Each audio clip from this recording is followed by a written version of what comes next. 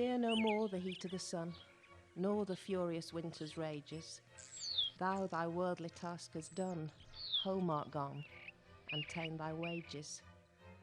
Golden lads and girls all must, as chimney sweepers, come to dust.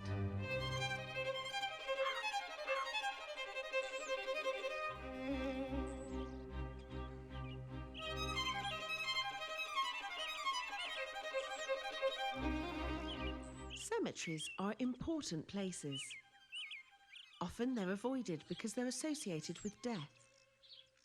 But if you look at a cemetery another way, it's not death with which they're concerned, but remembrance. Remembrance of communities long gone and of achievements great and small. Weaste Cemetery is an unparalleled historical and ecological resource. Come and see.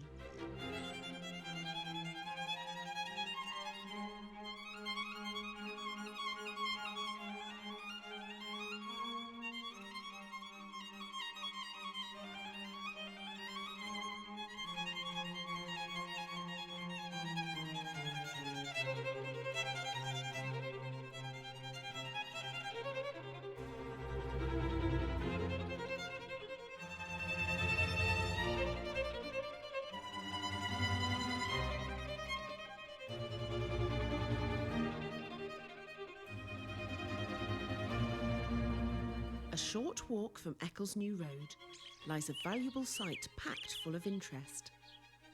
Weaste Cemetery is not only a place to commemorate loved ones we have lost, but also a unique resource for the community. Within the 39 acres of grounds, we can find monuments to important historical figures, insights into what mattered to people in days gone by, and relics of old Salford's countryside. Cemeteries are primarily places of reflection and remembrance, and we must try to behave respectfully as we discover the history and ecology present here.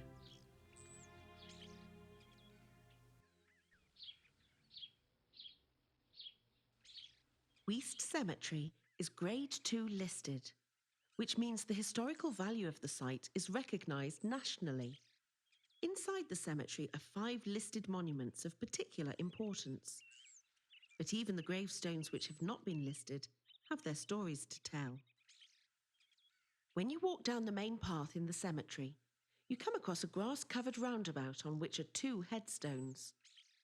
One commemorates the lives of soldiers killed in the First World War. The other...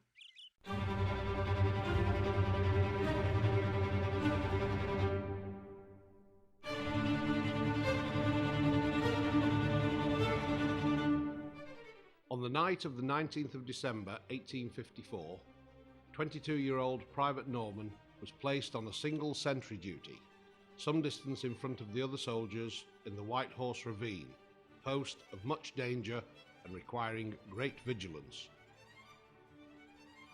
The Russian enemy soldiers were 300 yards in front of him. 3 Russians advanced under cover of brushwood for the purpose of patrolling the area.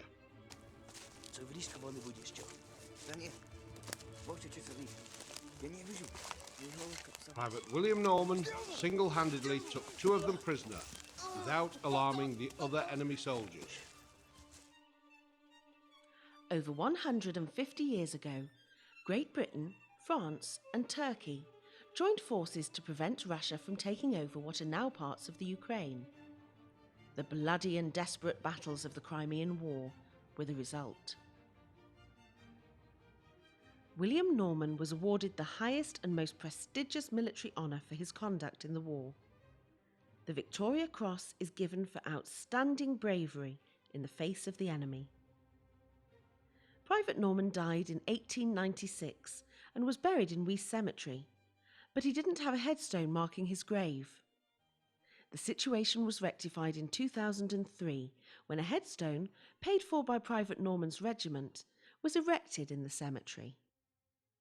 William Norman is not the only Crimean War veteran commemorated in the cemetery. Of the many great and fierce battles in that war, one of the most famous is the Battle of Balaclava, of which the charge of the Light Brigade was an infamous part.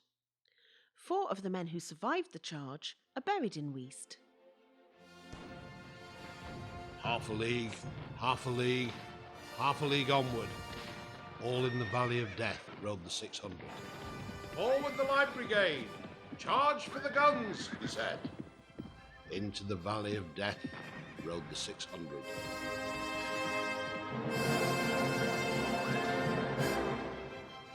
Ferdinand Stanley would have galloped into the valley after his comrades to see only a few left standing, an action of real courage.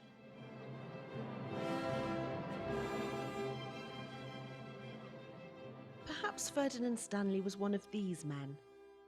He died in 1898.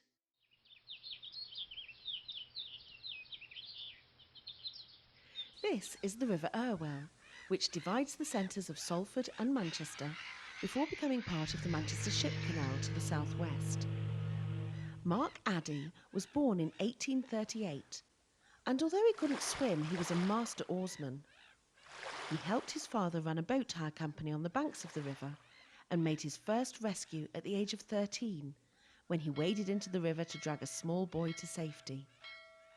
He made over 50 such rescues, and his courage was rewarded in 1878 when Queen Victoria presented him with the rare Albert Medal. Mark Addie died in 1890 from swallowing some of the heavily polluted waters of the river. He is commemorated not only in the cemetery, with a monument which was paid for by the public, but also by a bridge and a pub on the banks of the Irwell, which bear his name.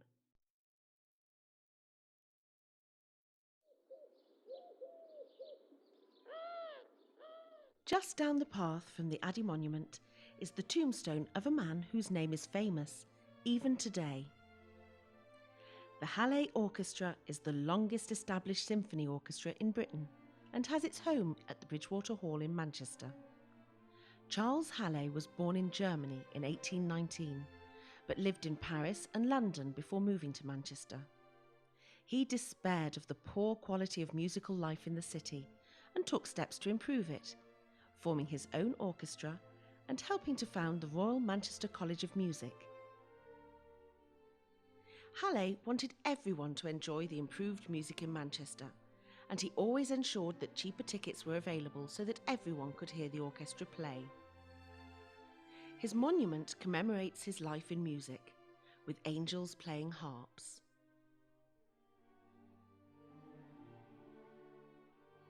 In the oldest part of the cemetery is perhaps the most imposing monument of them all. Joseph Brotherton was the first person to be buried in Weaste Cemetery, and it was thanks to him and his campaigning that the cemetery existed at all. Brotherton was born in 1783 and worked his way up in his father's cotton factory, becoming a master spinner. He took over the business on his father's death in 1809 at the age of 26, and had made enough money within the next 10 years to mean that he could retire at 36. But retiring for Brotherton did not mean doing nothing. It meant campaigning for his beliefs and for the people of Salford. Brotherton was Salford's first MP. Before this time, Salford and other large manufacturing cities such as Birmingham and Manchester didn't have representation in Parliament. Instead, power was concentrated in the hands of a relatively few aristocrats and landowners in the south. As an MP, he campaigned for improvements to children's working hours, limiting them to 10 hours work a day. He was also passionate about education and helped put together laws which allowed local authorities to open museums and libraries. He championed the right of working people to have access to open spaces and was one of the prime movers in Salford opening Peel Park, considered to be the world's first public park, in which was the country's first public library. Brotherton had other important interests. He was a founding member of the Vegetarian Society, which now has members all over the world, and he also wrote many books and pamphlets about religion. When Joseph Brotherton died, the whole city went into mourning. He was buried in the cemetery that he had helped to create through his campaign for municipal burial grounds.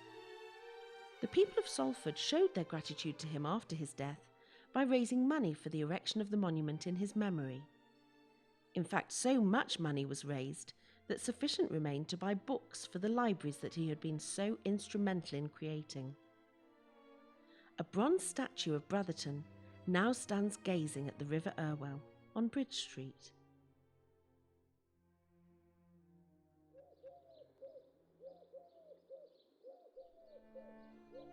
It's important to remember that every gravestone in Weaste Cemetery represents a life lived and a loved one lost. Even the smallest gravestone can tell us something about the person who's buried there. We can also learn something about the feelings of the people who were left behind by looking at the symbols and inscriptions on the gravestones.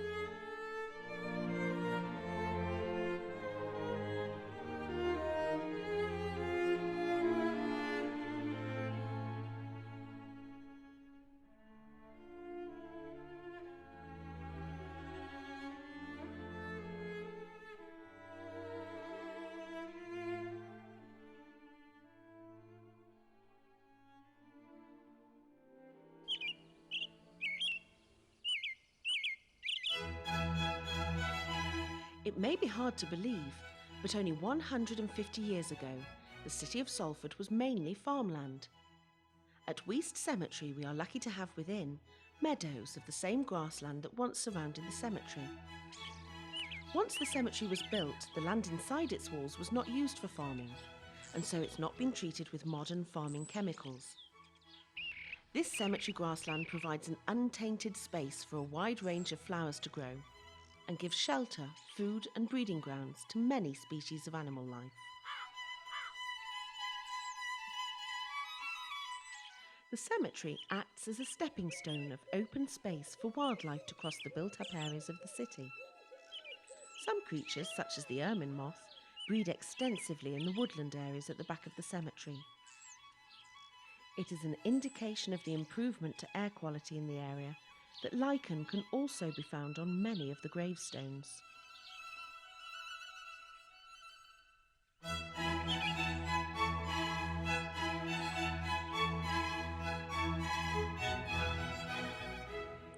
The Victorians, like Joseph Brotherton, who built this cemetery, thought of it as a garden of remembrance, a public space like other civic parks and gardens. Weaste Cemetery is a place for reflection, for relaxation, for respect, and to read the biography of a community.